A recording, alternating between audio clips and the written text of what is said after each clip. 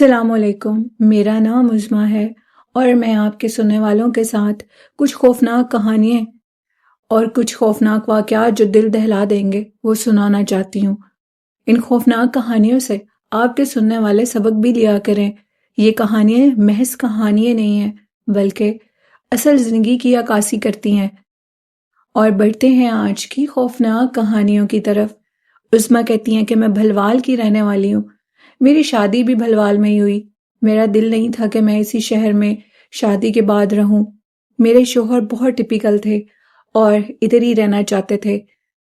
میں نے ان سے اتنی دفعہ کہا کہ ہم لاہور میں شفٹ ہو جاتے ہیں یا ہم سرگودا میں شفٹ ہو جاتے ہیں، لیکن میں بھلوال میں نہیں رہنا چاہتی۔ انہوں نے میری ایک نہ سنی اور اپنے پیرنٹس کے ساتھ ہی ایک گھر جو کہ ان کا اپنی جگہ تھی وہاں پر انہوں نے ایک گھر بنایا۔ جو گھر انہوں نے بنایا، بہت سے لوگوں نے ان کو کہا کہ تم نے جس تاریخ پہ اس گھر کو بنایا ہے یہ گھر منحوس ہے۔ کچھ تاریخیں ہوتی ہیں جن میں گھر کو نہیں بناتے، ان میں گھر کو بنانے سے مختلف تکلیفیں آتی ہیں، لیکن وہ تو کسی کی ماننے والے نہیں تھے، بہت ضدی اور ہر دھرم تھے وہ۔ خیر، اب گھر بننا شروع ہو گیا تھا اور مجھے ساتھ لے کر گئے۔ میں نے گھر کو دیکھا جا کر، تو اچانک سے جیسے ہی میں اس گھر میں داخل ہوئی تو مجھے ایک بھاری پن محسوس ہوا، ایک نحوست محسوس ہوئی، نحوست ایسی کہ میں بیان نہیں کر سکتی۔ میرے شوہر ان چیزوں کو بالکل نہیں مانتے تھے، بس وہ یہی کہتے تھے جب گھر میں رہنے کے لیے جائیں گے تو قرآن خوانی کراؤں گا، سب کچھ ٹھیک ہو جائے گا۔ میں نے ان کو بہت سمجھایا، ابھی بھی وقت نہیں گیا، گھر کو ادھر ہی روک دو، پیسے ضائع کرو گے۔ میرے شوہر کا یہی کہنا تھا، نہیں، میں تمہاری کوئی بات نہیں سنوں گا۔ اکثر شوہر جو بیویوں کی بات نہیں مانتے وہ ہمیشہ نقصان ہی اٹھاتے ہیں، لیکن بیویوں کی بھی وہی بات ماننی چاہیے جو ٹھیک ہو، ہر بات تو نہیں مانی جا سکتی۔ خیر، انہوں نے اس گھر کو بنوا لیا اور اس کی تعمیر کے بعد انہوں نے جیسے ہی اس گھر میں اب رہنے کے لیے جانا تھا تو اس سے پہلے ان کے شوہر گھر میں حافظ قرآن بچوں کو لے کر آئے اور گھر میں 7 دن لگاتار قرآن پاک کی تلاوت کروائی بابلند آواز میں۔ تلاوت کے بعد عظمیٰ کہتی ہیں کہ یہ سکون تو ہو گیا کہ ہم گھر کے اندر اب داخل ہوئے تو کچھ نحوست کم ہوئی۔ ظاہری بات ہے، قرآن پاک اثر رکھتا ہے اور اس کے بعد کچھ نحوست میں کمی تو آئی۔ اور پھر وہ کہتی ہیں کہ جیسے ہی ہم لوگ وہاں پر شفٹ ہو گئے پراپر، تو اب گھر میں کچھ عجیب و غریب مسئلے مسائل ہونے لگے۔ کبھی کوئی کچن کی ٹیپ کو کھول دیتا تھا، کبھی اوپر والے روم کے دروازے زور سے کھلتے تھے اور ان کو کوئی بند کرتا تھا۔ دروازے اتنے زور سے کھول کر کوئی دیوار کے ساتھ اٹیچ کرتا تھا جیسے دروازوں کو کوئی توڑ دے گا۔ اوپر جا کر دیکھتے تھے تو اوپر کچھ نہیں ہوتا تھا۔ میں کام والی سے صفائیاں کراتی تھی، لیکن اس کے باوجود گھر میں ایک عجیب و غریب گرد جمی رہتی تھی، گرد ایسی کہ اس میں گندی سمیل بھی آتی تھی۔ ایسے لگتا تھا کہ جیسے جو کمرے بند تھے ان میں جیسے کسی ایسے کوئی جانور کی ڈیڈ باڈی پڑی ہو، کوئی جانور مر گیا ہو، جو گندی سمیل آتی ہے اس کی باڈی سے، وہ سمیل آتی تھی۔ اور یہ سب کچھ برداشت سے باہر تھا۔ میرے شوہر سب کچھ دیکھ رہے تھے، لیکن اس قدر ڈھیٹ ہو چکے تھے کہ منہ نہیں کھولتے تھے، بلکہ یہ کہتے تھے کہ سب ہمارا وہم ہے، دروازے بند رہتے ہیں جس کی وجہ سے روم سے یہ سمیل آتی ہے۔ نیا گھر بنا تھا، پینٹ ہوا تھا، ونڈو میں کھولی رکھتی تھی، تو پھر یہ سمیل کہاں سے آتی تھی؟ وہ ان چیزوں کو نہیں مان رہے تھے۔ گھر میں جو گرد و غبار رہتی تھی یہ بھی ایک نحوست کی علامت ہے۔ اچانک سے میرے اور میرے شوہر کے درمیان اتنا لڑائی جھگڑا ہوا، ہم لوگوں کی اتنی ناراضگی ہوئی کہ میرے شوہر گھر چھوڑ کر چلے گئے اور اس منحوس گھر کو میرے حوالے کر گئے، خود اپنے پیرنٹس کے گھر چلے گئے۔ اب میں بھی عورت تھی، کچھ انا تو میرے اندر بھی تھی اور ان کے اندر تو بہت زیادہ انا تھی، وہ انا سے بھرے ہوئے تھے۔ شاید وہ یہ چاہتے تھے کہ عورت پہل کرے، لیکن جب عورت کی شادی ہو جاتی ہے تو شاید اس کو پہل کرنی ہی پڑتی ہے اپنے بچوں کے لیے۔ میرے بچے تھے، اسی لیے میں اپنے شوہر کو منانے کے لیے گئی، ان کو سوری کی اور کہا کہ ٹھیک ہے، آپ ٹھیک کہہ رہے ہوں گے، میں ہی غلط ہوں گی، اس لیے آپ گھر واپس آ جائیں، آپ جیسے کہیں گے میں ویسے ہی کروں گی۔ میرے شوہر گھر آ گئے اور اس کے بعد اب ہوا کچھ اس طرح کہ شاید اللہ نے میری دعا سننی تھی۔ میرے شوہر کے جتنے بھی کپڑے تھے ان کو کسی نے کاٹ دیا اور وہ میرے ساتھ لڑائی کرنے لگے کہ آخر یہ سب کچھ کس نے کیا ہے۔ میں نے کہا کہ میں تو ایسا نہیں کر سکتی، اور یہ وہ بات جانتے تھے کہ میں ایسا نہیں کر سکتی۔ وہ بہت پریشان ہوئے اور کہنے لگے کہ یہ معاملات تو ٹھیک نہیں ہیں۔ آہستہ آہستہ بچوں کے کپڑوں کا گم ہو جانا، میرے کپڑوں کو بھی کوئی کینچی سے کاٹ دیتا تھا۔ اب یہ سب کچھ نارمل نہیں تھا، لیکن گھر کے اندر کسی کی ایگزسٹنس محسوس نہیں ہوتی تھی۔ اگر کوئی ہو تو اس کی ایگزسٹنس محسوس تو ہونی چاہیے، لیکن کچھ بھی ایسا محسوس نہیں ہوتا تھا۔ صرف ایک عجیب سی منحوست تھی جو پورے گھر میں محسوس ہوتی تھی۔ میرے شوہر بہت پریشان تھے، اتنے پیسے لگا دیے، گھر اتنا خوبصورت تیار کروایا۔ میں ان کو منع کرتی تھی کہ ہمیں یہ گھر چھوڑنا پڑے گا۔ اس ٹائم تو یہ بہت ضد کرتے تھے، شاید میری بات کو ٹھیک نہیں سمجھتے تھے۔ آہستہ آہستہ وہ کہتی ہیں کہ جو گولڈ کی جیولری تھی اس کا بھی نقصان ہونے لگا، وہ غائب ہو جاتی تھی۔ میرے شوہر نے کہا کہ شاید تم بے احتیاطی کرتی ہو اور یہ چیزیں سب میرے پاس رکھوا دو۔ میں نے کہا ٹھیک ہے، بے شک آپ رکھ لیں۔ اور جب انہوں نے ان کو بینک میں رکھوایا، اس کے باوجود چیزیں غائب ہو رہی تھیں، چیزیں بینک سے غائب ہو رہی تھیں، جو کہ ناممکن بات تھی۔ انہوں نے ایک لاکر لیا تھا جس میں وہ ساری چیزیں رکھوا رہے تھے، لیکن پیسے اور زیور لاکر سے چوری ہو رہا تھا۔ اتنی بندش، کاروبار ختم ہو گیا ایک منحوس تاریخ پر گھر بنانے سے۔ پھر ہم نے کسی اللہ والے سے رابطہ کیا، انہوں نے کہا کہ اس کے متعلق تو آپ کو وہی بتا سکتے ہیں جو اسلامی اسکالر ہوتے ہیں، آپ ان سے رابطہ کریں۔ انہوں نے ہمیں کسی کے متعلق بتایا بھی، ہم نے ان سے رابطہ کیا، انہوں نے ہمارا گھر آ کر دیکھا، ٹائم پوچھا کہ کس ٹائم پر آپ نے اس گھر کی تعمیر کا کام شروع کیا، وہ کیا تاریخ تھی، وہ سب کچھ میں نے لکھا ہوا تھا۔ میں نے وہ سب کچھ ان کو دکھا دیا اور انہوں نے دیکھ کر کہا کہ یہ ٹائم جس پر تم نے کام شروع کروایا، ایک تو وہ کہتی ہیں کہ وہ دن بھی محرم کے تھے جن میں ایسے کام کرنے ہی نہیں چاہیے، خوشی کا کوئی کام کرنا ہی نہیں چاہیے، اور دوسرا انہوں نے بتایا یہ تاریخ بھی ٹھیک نہیں تھی، اور سب سے بڑی بات محرم کے دن تھے۔ کچھ لوگ کہتے ہیں کہ قرآن پاک میں تو ایسا کچھ نہیں لکھا کہ محرم میں اگر آپ گھر کی تعمیر یا خوشی کا کوئی نیا کام شروع کرو گے تو اس میں کچھ غلط ہوگا، تو سب کچھ قرآن پاک میں نہیں لکھا ہوتا۔ جو لوگ یہ کہتے ہیں کہ سب کچھ قرآن پاک میں ہوگا تو ایسا نہیں ہوتا۔ اللہ نے بہت سی چیزوں میں انسان کو عقل دی ہے، کیونکہ حضرت محمد صلی اللہ علیہ وسلم کا غم دنیا کا سب سے بڑا غم ہے، اور محرم کے دنوں میں تو یہ کام کرنے ہی نہیں چاہیے۔ تو پھر اس کے بعد اب کیا کرنا چاہیے؟ میرے شوہر نے کہا کہ یہ تو بات میں نے سوچی نہیں تھی، میں نے اس گھر کی تعمیر کا کام 8 محرم سے شروع کروایا، جو کہ مجھے نہیں کروانا چاہیے تھا، یہ تو میں نے بہت بڑا گناہ کر دیا ہے۔ وہ بہت زیادہ پریشان تھے، اللہ سے معافی مانگ رہے تھے۔ تو پھر ان اللہ والوں نے کہا، جو اسکالر آئے تھے ان کا کہنا تھا کہ اب اس کا یہی حل ہے کہ تمہاری یہ سزا بھی ہے کہ تم اس گھر کو بند کر دو ہمیشہ کے لیے۔ اور میرے شوہر نے کہا کہ میں اپنے لیے یہی سزا منتخب کرتا ہوں کہ جن دنوں میں، اتنے بڑے غم کے دنوں میں نے اس کام کو شروع کروایا، میری سزا بنتی ہے کہ میں اس گھر پہ لگائے سارے پیسے سب کچھ بھول جاؤں اور اس گھر کو ہمیشہ کے لیے بند کر دوں، اس کو ایون کے رینٹ پر بھی نہ دوں، 1 روپے کی بھی ارننگ نہیں کروں گا اس سے، اور اس کو بند کر دوں گا۔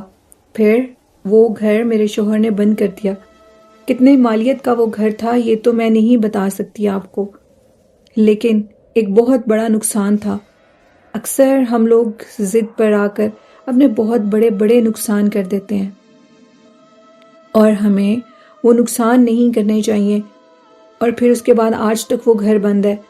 اس میں کہتی ہیں کہ اب میں لاہور میں رہتی ہوں اور بہت خوش ہوں، وہاں پہ میرے شوہر کو اللہ نے ایک اور گھر دیا۔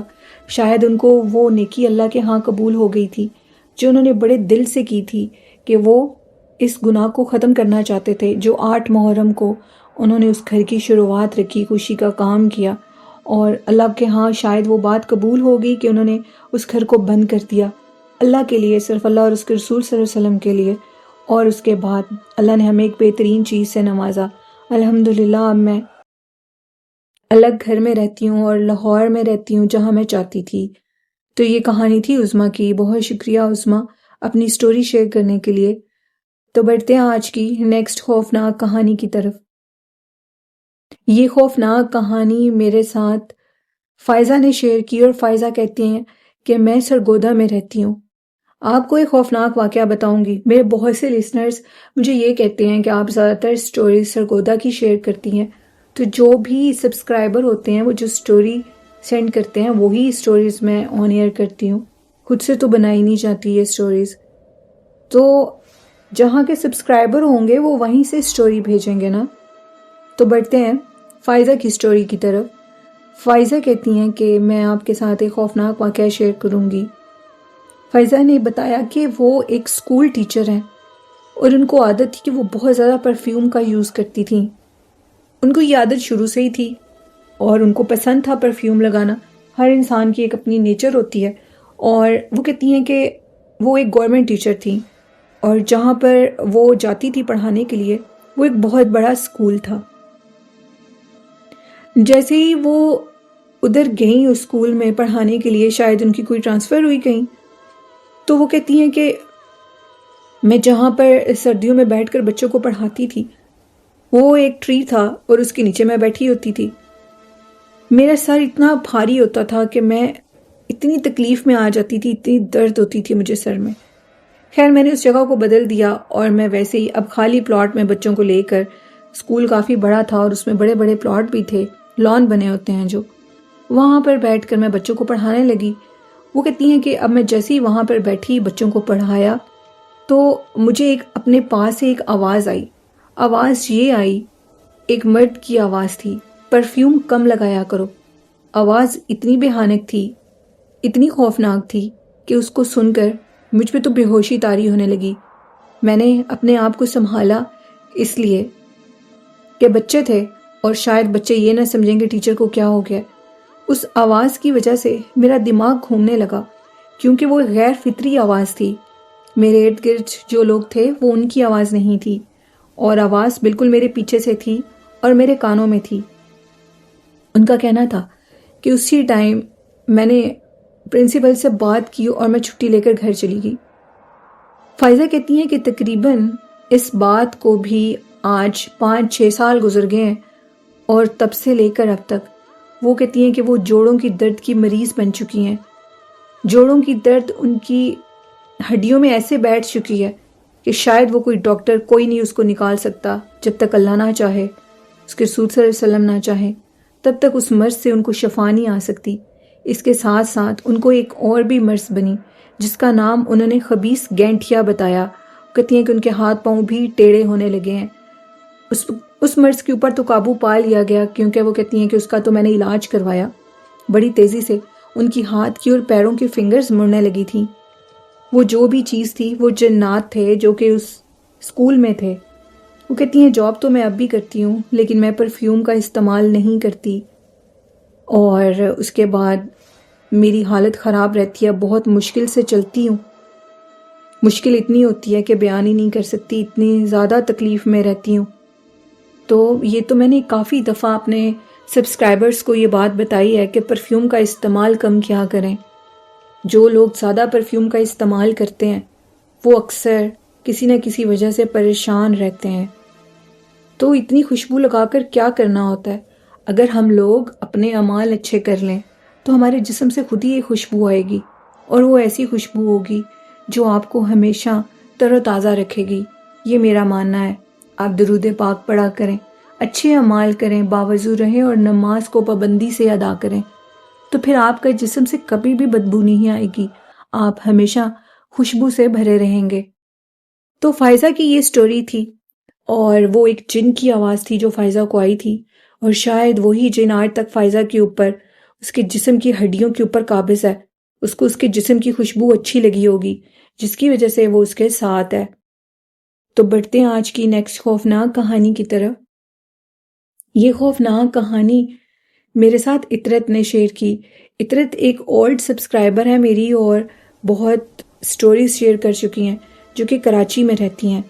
عطرت نے اپنے کزنس کی بہت سی کہانیاں شیئر کی میرے ساتھ، اور آج عطرت نے ایک اور کہانی شیئر کی۔ عطرت کا کہنا ہے کہ وہ کراچی کے جس جگہ پر اب رہتی ہیں، جہاں پر اب کچھ ہی دنوں پہلے انہوں نے اپنا گھر چینج کیا، تو ان کا کہنا تھا کہ آدھی رات کے ٹائم ان کو گلی سے کچھ عجیب سی آوازیں آتی تھیں، وہ کہتی ہیں کہ رات 3 بجے کا ٹائم ہوتا ہے اور گلی سے کسی عورت کی اور کسی مرد کی سرگوشیوں کی آوازیں آنے لگتی ہیں۔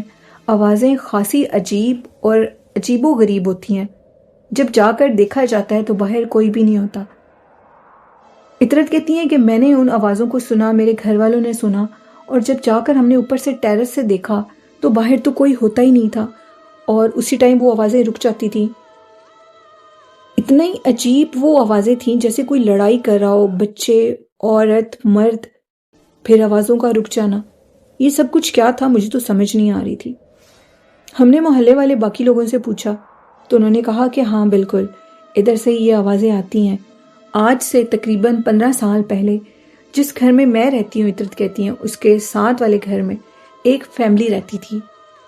ان کی ڈیتھ ہوئی تھی، گھر میں آگ لگ گئی تھی پرسرار طریقے سے۔ وہ کہتی ہے نہ تو سلنڈر کی وجہ سے آگ لگی، لیکن وہ سب کے سب جل کے راکھ ہو گئے تھے۔ آگ اتنی تیز تھی کہ اس کو کوئی بجھا بھی نہیں پا رہا تھا۔ تقریباً 4 دن لگے تھے اس آگ کو بجھانے میں۔ بجھائی جاتی تھی پھر لگ جاتی تھی۔ ایک عجیب و غریب قسم کی آگ تھی وہ۔